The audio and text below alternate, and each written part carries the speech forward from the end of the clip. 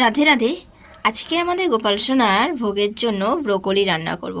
তো ব্রোকলিকে কে কীভাবে রান্না করেন অবশ্যই কমেন্ট করে জানাবেন। আজকে আমি ব্রোকলি দিয়ে টমেটো দিয়ে হালকা একটা রসা বানাবো, পাতলা। তো কড়াতে তেল দিয়েছিলাম, তেলটা হালকা গরম হয়ে এসছে। তো গরম তেলে অল্প একটু পাঁচফোড়ন দেব, আদা দেব,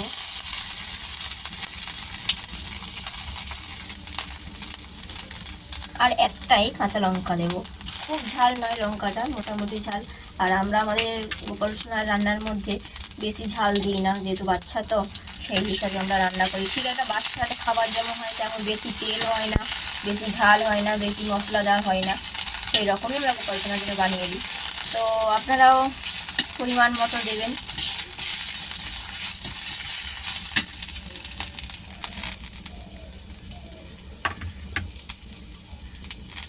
সবজির মধ্যে ব্রোকলিগুলো হালকা করে মধ্যে দিয়ে দেবো, ফ্রাই করে নাড়তে না।